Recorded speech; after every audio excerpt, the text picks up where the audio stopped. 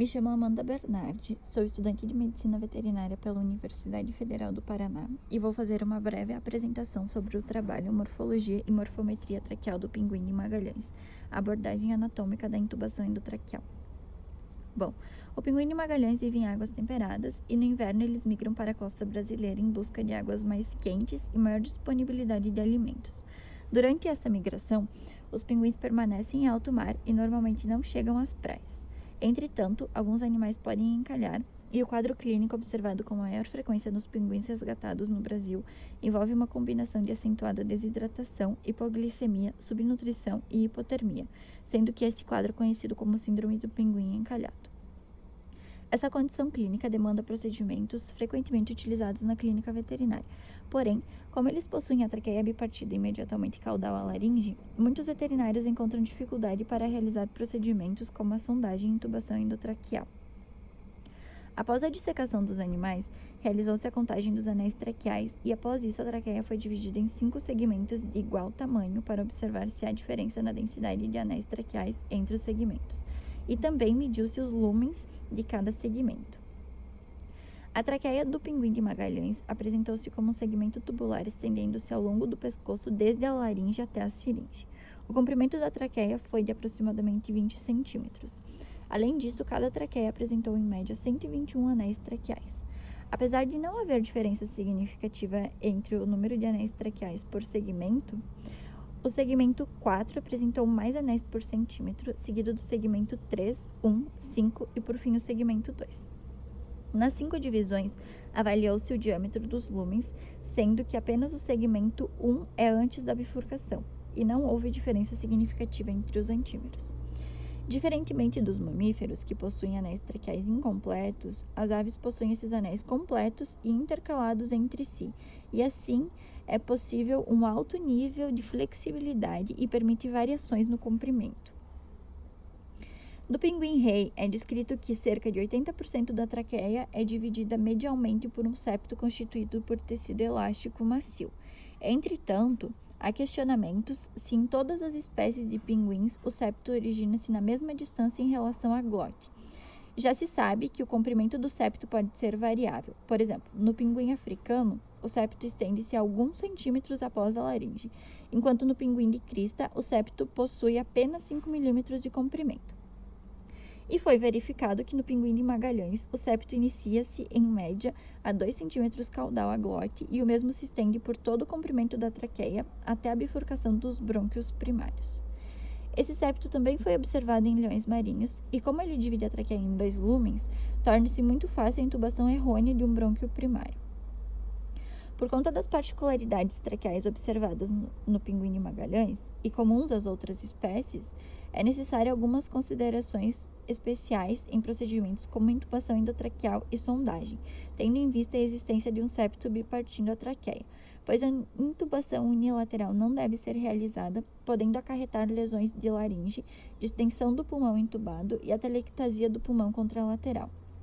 Também é de suma importância lembrar que as aves possuem os anéis traqueais cartilaginosos completos, e desta forma não são expansíveis, como é observado em mamíferos, e por consequência é necessária extrema cautela na utilização de sonda endotraqueal com balonete, já que o mesmo não poderá ser inflado. Muito obrigada. Olá, meu nome é Sofia Silva La Roca de Freitas e hoje eu vou apresentar o trabalho intitulado Uso de nitazoxanida no tratamento de tricomonias em aves, relatos de casos. O Trichomonas é um protozoário flagelado, causador da tricomoníase.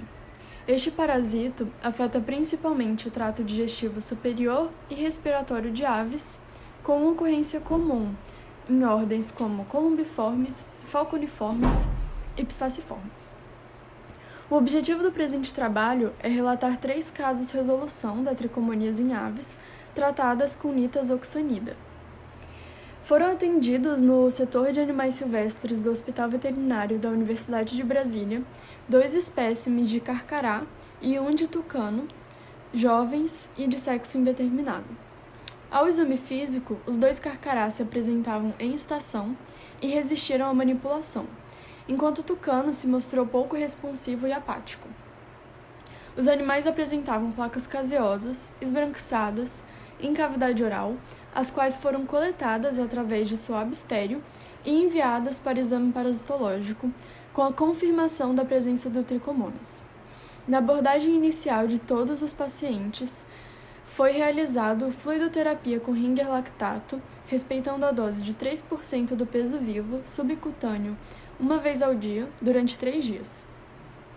No primeiro exemplar de Carcará, a primeira abordagem terapêutica para a tricomoníase foi realizada com metronidazol, 50 mg por ml, com a dose de 50 mg quilo, via oral, uma vez ao dia. Porém, essa abordagem terapêutica não se mostrou efetiva, dado que o segundo exame parasitológico apontou a persistência do protozoário. Como segunda abordagem terapêutica, foi realizada a administração de nitazoxanida, 20 mg por ml, na dose de 42 mg quilo, via oral, uma vez ao dia, durante 7 dias, concluindo o tratamento do animal com êxito. Os demais exemplares, o de Carcará e o de Tucano, foram tratados unicamente com nitazoxanida, com a mesma dose do animal anterior, durante 7 dias, após o primeiro resultado positivo para o parasito, e a resolução da infestação foi rápida e comprovada com repetição do exame parasitológico. As aves permaneceram no hospital para melhor recuperação de escória corporal e, quando consideradas aptas, foram encaminhadas aos CETAS do Distrito Federal para destinação. A tricomoníase é transmitida de forma direta pelo contato entre os animais sadios e os carreadores, por ingestão de água, alimento e fômites. Dito isso, populações de animais silvestres são extensivamente afetadas devido à alta circulação nos ambientes e compartilhamento dos espaços durante o forrageamento. A prevalência de tricomonas em aves de rapina de vida livre também seria justificada por seus hábitos alimentares devido à predação de columbiformes, que podem carrear o protozoário sem apresentarem sinais clínicos. Existem relatos de tricomonias em tucanos, mas esses são escassos. A nitazoxanida possui atividade antimicrobiana de amplo espectro, sendo uma medicação eficaz contra eumintos e protozoários intestinais. Sua ação está relacionada ao bloqueio da reação de transferência de elétrons dependente da enzima pirovato ferredoxina oxidorredutase, essencial para o metabolismo anaeróbico. Este princípio ativo e seu metabólito ativo, tizoxanida, são capazes de inibir o crescimento de formas trofozoítas de tricomonas in vitro. Ainda são escassos estudos acerca do uso de nitazoxanida no tratamento de tricomonias em aves. Por isso, relatos como o presente são importantes como fonte de informações para terapêutica na medicina de animais silvestres. Nos casos descritos, o uso do medicamento foi eficaz no tratamento de tricomoníase de 2 exemplares de Carcará e 1 de Tucano, mas ainda carecem trabalhos que demonstrem a ação do medicamento do tratamento deste parasito.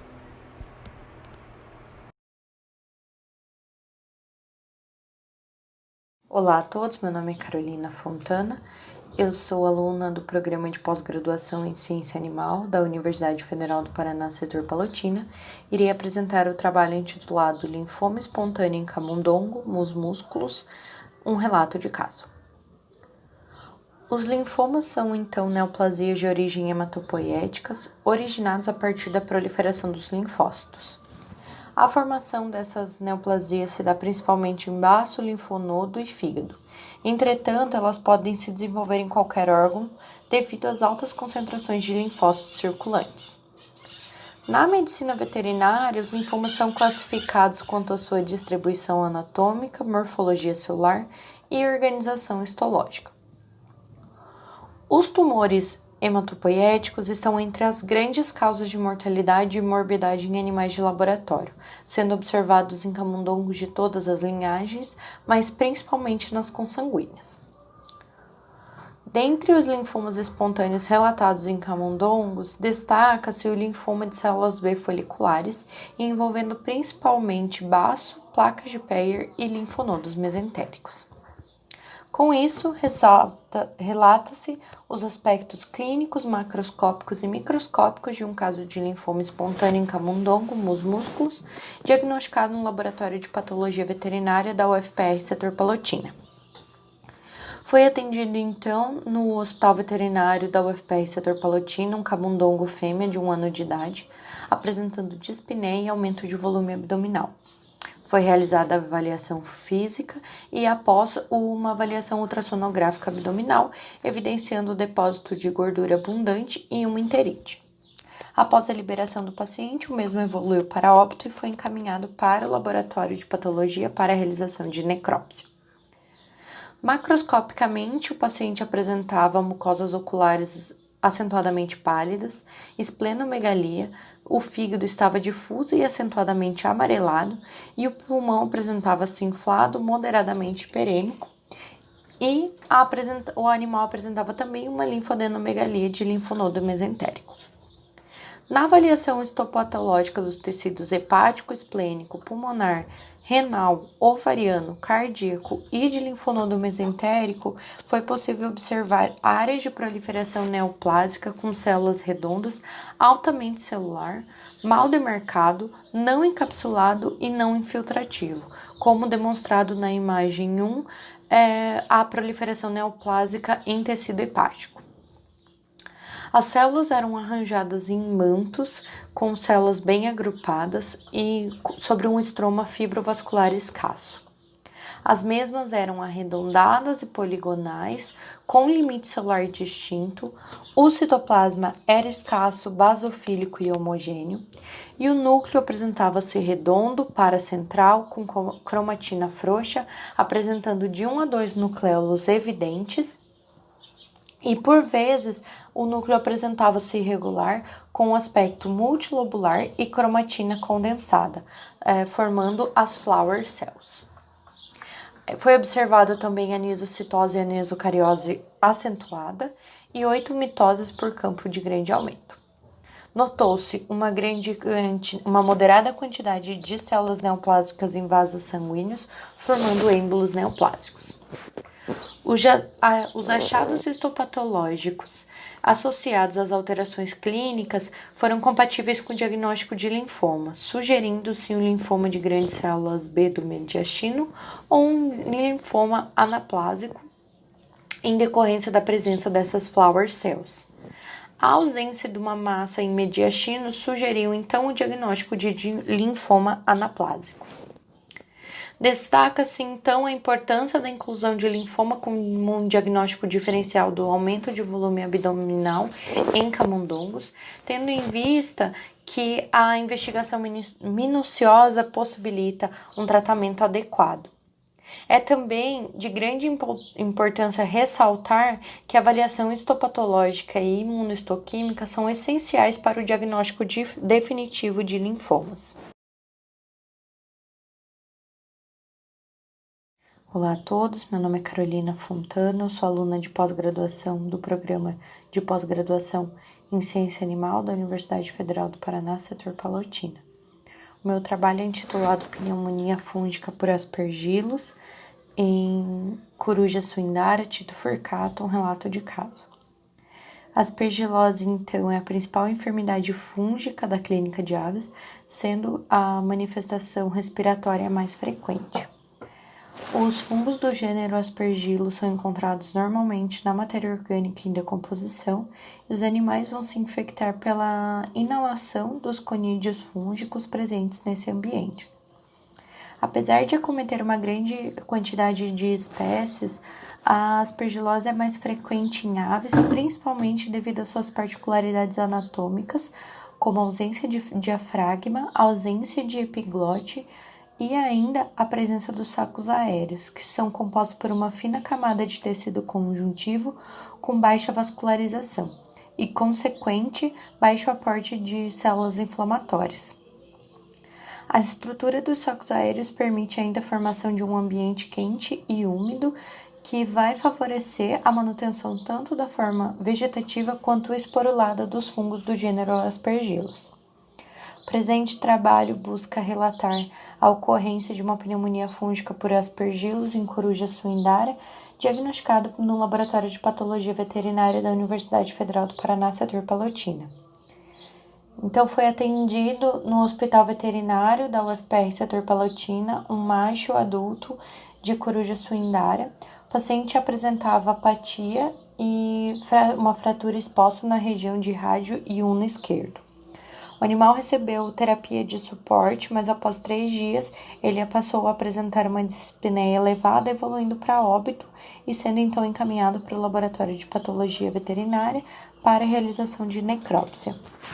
Na avaliação macroscópica, o paciente apresentava mucosa ocular acentuadamente pálida, score corporal baixo e ainda uma amputação no membro anterior esquerdo em terço medial de húmero.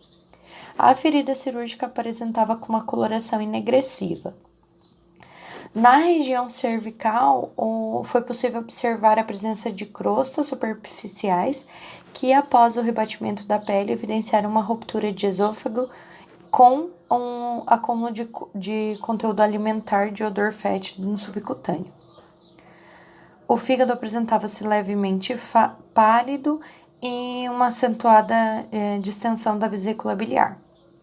Na avaliação histopatológica pulmonar, evidenciou uma pneumonia granulomatosa multifocal, aqualescente acentuada, com a presença de estruturas fúngicas intralesionais compatíveis com Aspergillus spp, como é possível observar na imagem, onde em A observa-se as hifas fúngicas paralelas septadas com brotamento dicotômico no lúmen dos parabrônquios, e ainda em B é possível observar a presença dos conidióforos compatíveis com Aspergillus spp no lúmen de parabrônquio. A causa mortis do animal foi compatível com o choque cardiogênico ou um choque séptico decorrente da pneumonia acentuada. A aspergilose pulmonar, elas são comumente observadas na clínica de aves, principalmente associadas a fatores como estresse, desnutrição, traumas, que vão aumentar a susceptibilidade a essa enfermidade. Em decorrência disso, o adequado manejo nutricional e ambiental deve ser considerado na medicina aviária, a fim de se estabelecer um bom status imunológico e, consequentemente, se reduzir a susceptibilidade dessa doença a outras doenças oportunistas. O presente relato ainda ressalta a necessidade da realização de exame necroscópico e avaliação histopatológica de aves silvestres a fim de se estabelecer uma epidemiologia das pneumonias fúngicas. O título desse trabalho é Fauna Exodídea de Animais Silvestres do Estado do Paraná, Brasil, dados preliminares. Esse estudo foi desenvolvido pela equipe do Laboratório de Doenças Transmitidas por Vetores da UFPR e em parceria com o setor de animais silvestres do Hospital Veterinário da UFPR e em parceria com um pesquisador doutor da USP, especialista em identificação morfológica de carrapatos. Então, os carrapatos eles são conhecidos por parasitar uma variedade de hospedeiros domésticos e silvestres, incluindo mamíferos, aves, répteis e anfíbios, incluindo o ser humano também. Além disso, muitos desses animais silvestres eles já são conhecidos por participar do ciclo epidemiológico de algumas doenças transmitidas por vetores e de algumas doenças transmitidas por carrapatos também. Nesse sentido, o objetivo desse estudo foi identificar as espécies de carrapatos parasitando animais silvestres, provenientes de municípios do estado do Paraná e atendidos no Hospital Veterinário, no setor de animais silvestres, da Universidade Federal do Paraná, Curitiba, Brasil. Como metodologia, os carrapatos eles foram coletados desses animais utilizando um coletor específico, um coletor comercial específico para a coleta de carrapatos, e por meio desse tipo de coleta é possível preservar estruturas que são importantes para a classificação taxonômica. Esses carrapatos foram então armazenados em tubos contendo álcool etílico absoluto para a posterior classificação morfológica. Os carrapatos foram, então, classificados de acordo com chaves taxonômicas previamente descritas na literatura. Os carrapatos eles foram coletados de 28 animais silvestres, sendo desses uma anta, um cervídeo, um javali, 2 bugios, 2 capivaras, 9 ouriços cacheiros, 4 tamanduás mirins, 6 gambás, um gato mourisco e um teiu. Ao todo, foram coletados 115 carrapatos, sendo desses 65 machos, 33 fêmeas e 17 ninfas. As espécies de carrapatos que foram coletadas foram Amblyomma aureolatum, que foram coletados em 2 bugios, um gambá e gato mourisco, carrapatos Amblyomma calcarato, que foram coletados de 4 tamanduás mirins, carrapatos Amblyomma dubitato, que foram coletados de 2 capivaras e um gambá, Amblyomma fuscum, que foi coletado em um teiu, Amblyomma longirostre e Amblyomma parkeri, que foram coletados dos 9 ouriços cacheiros, Amblyomma ovale, que foi coletado de um javali, Amblyomma sculptum, que foi coletado de uma anta e de um javali, Hemaphysalis justacoque, que foi coletado de um cervídeo, e Ixodes loricatus, que foram coletados de 5 gambás. Então, esse trabalho evidenciou a importância da diversidade de carrapatos que parasitam os animais silvestres no Brasil. Algumas dessas espécies que foram encontradas nesse estudo, eles têm importância na transmissão de zoonoses, como da febre maculosa brasileira, que são as espécies Amblyomma sculptum e Amblyomma aureolatum. Além disso, também foi coletada espécie de carrapatos importante na transmissão de outra zoonose do grupo das rickettsias, que é a Rickettsia cepa mata-atlântica, que no caso o carrapato Amblyomma ovale, que é implicado na transmissão dessa bactéria no Brasil. Além disso, 80% das espécies de carrapatos que foram identificadas nesse estudo, apesar de não se ter determinado o papel epidemiológico dessas espécies de carrapatos para seres humanos, eles já foram previamente identificadas parasitando seres humanos no estado do Paraná. Então, nesse estudo foram identificadas as espécies de carrapatos com importância na transmissão de zoonoses, porém, mais estudos são necessários para melhor avaliar o papel dessas espécies de carrapatos e dos animais silvestres na epidemiologia das doenças transmitidas por carrapatos. Olá, me chamo Vinícius e sou aluno da graduação em Medicina Veterinária pela Universidade Federal do Paraná, setor Palotina. Hoje estarei apresentando um relato sobre a detecção histopatológica de cistos de sarcocistes em musculatura de um coati na sua. Então, a sarcocistose ela é causada por parasitas protozoários e ela pode acometer diversas espécies. Inclusive, algumas espécies do protozoário podem acometer o homem, então são consideradas zoonoses. Os hospedeiros intermediários mais conhecidos são representados pelos animais silvestres, como primatas e herbívoros. E estes hospedeiros intermediários, eles apresentam os cistos do parasito em sua musculatura. E já como hospedeiros definitivos, nós podemos citar os carnívoros e os onívoros, e estes eles vão se contaminar ingerindo os cistos presentes na musculatura dos animais anteriormente citados. E estes animais hospedeiros definitivos, eles vão eliminar os cistos nas fezes. Dentre as espécies de sarcocistes de importância na medicina veterinária, pode-se citar o Sarcocistes neurona, que ele é muito importante na equidicultura porque pode levar a um quadro conhecido como mieloencefalite protozoária equina, e a principal fonte de infecção para esses equinos é o gambá de orelha branca, o Didelphis albiventris, pois ele é o principal hospedeiro definitivo da espécie. Além disso, os coatis, o coati de cauda anelada, ele, devido a essa proximidade que ele tem então no ambiente com os gambás, ele pode ingerir os oocistos que esses animais eliminam e se tornar um hospedeiro intermediário da doença. Então, diante disso, o objetivo do estudo foi relatar a detecção histopatológica de sarcocistes em musculatura de um coati de cauda anelada.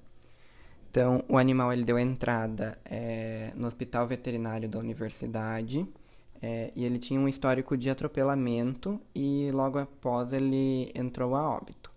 Ele foi encaminhado para o laboratório de patologia veterinária, onde realizou-se a necrópsia do mesmo. Então havia uma extensa área de hemorragia, visível na macroscopia, e na microscopia foi possível observar, entremeado na musculatura do animal, estruturas parasitárias císticas com tamanhos variáveis, envolta por uma cápsula eosinofílica com estruturas em seu interior, que são os esporozoitos, e isso era compatível com cistos de sarcocistes.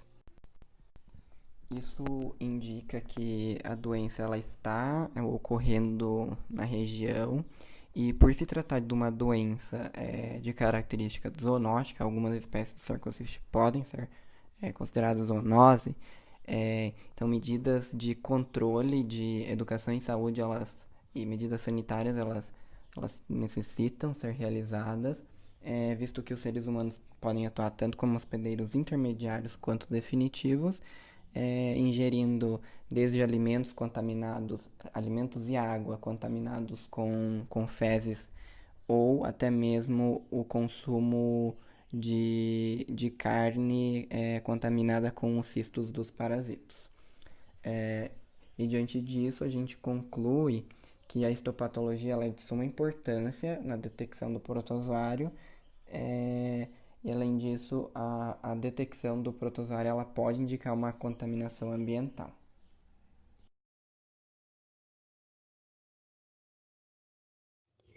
Oi, pessoal, eu vou apresentar para vocês o meu pôster, que é intitulado Casuística Odontológica de Animais Selvagens no Laboratório de Odontologia Veterinária do HVFPR.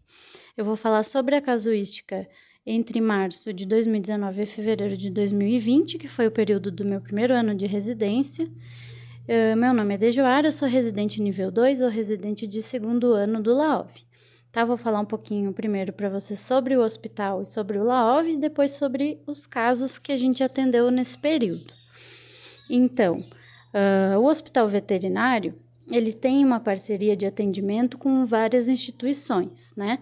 Então, a gente atende a rotina do hospital, que é basicamente cães e gatos, mas também a gente atende outras espécies provenientes do Laboratório de Medicina Zoológica e também do Instituto Água e Terra, o IAT, né? E do Zoológico de Curitiba. Então, a gente presta um serviço para essas instituições porque elas não têm estrutura de um atendimento mais elaborado, cirúrgico e odontológico.